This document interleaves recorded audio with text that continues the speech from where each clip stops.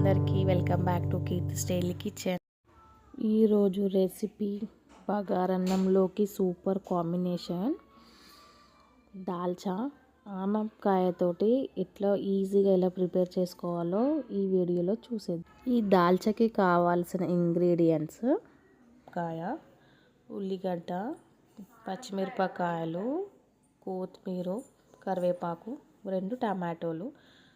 ఫస్టే మనం ముందే నానబెట్టుకోవాలి చింతపండుని. పప్పు కడుక్కొని నానబెట్టుకోవాలి. ఇవి ఆనపకాయ వేసి దాల్చా రెడీ చేసుకోవడానికి ఇంగ్రీడియంట్స్. పప్పుకి సరిపోయేంత చింతపండు నానబెట్టుకోవాలి ముందే. నేను ఉడకబెట్టేసుకుంటున్నాను, ఆల్రెడీ నానబెట్టుకున్నాను పప్పుని, తొందరగా ఉడికిపోతుంది. తాలింపుకి జీలకర్ర ఆవాలు, 5-6 ఒట్టిమిరపకాయలు. నేను పప్పు తాలింపు వేసేస్తున్నా. ఈ పావుతోటి 3-4 పావులు నూనె పోసేసుకుంటున్నా.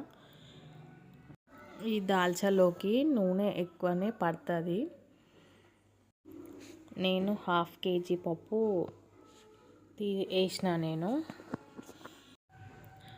హై ఫ్లేమ్లో పెట్టొద్దు, సిమ్లోనే పెట్టాలి.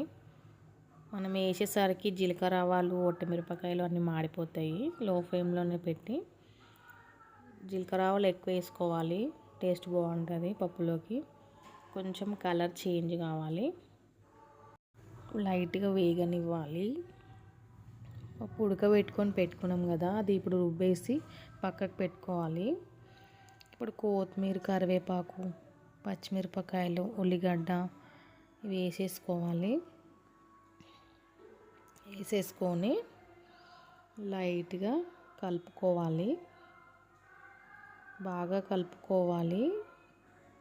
కొంచెం కలర్ బ్రౌన్ కలర్ అయిన తర్వాతకి మూత పెట్టుకోవాలి. నేను ఆల్రెడీ అల్లిగడ్డ వేసేసిన, మళ్ళీ కొంచెం అంత అల్లిగడ్డ వేసేస్తున్నా. ఇప్పుడు కట్ చేసుకున్నవి ఆనపకాయ వేసేసుకోవాలన్నా. వేసేసుకొని బాగా కలుపుకోవాలి దగ్గరికి అయ్యేంత వరకు. మూత పెట్టేసుకోవాలి, తొందరగా ఉడికిపోతుంది మూత పెట్టుకుంటే.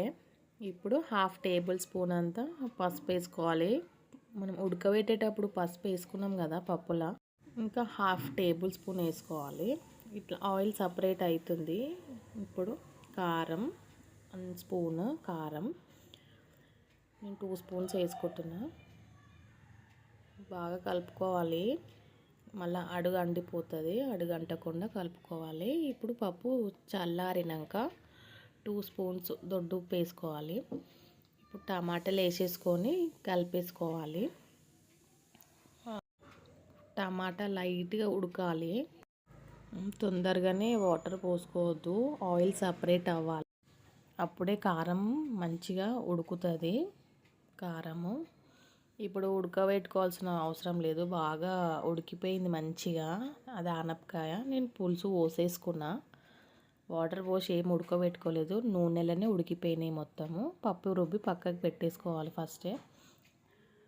ఇలా మనం ఉప్పు వేసినాం కదా, అందుకే పప్పులో ఈ తాలింపు వేసినప్పుడు మనం ఏం వేయలేదు, ఉప్పు లైట్గా వేసుకోవాలి. తర్వాత లాస్ట్లోనే వేసుకోవచ్చు. మంచిగా మసలాలి, చింతపండు వాసన పోయేంత వరకు మంచిగా మసలాలి.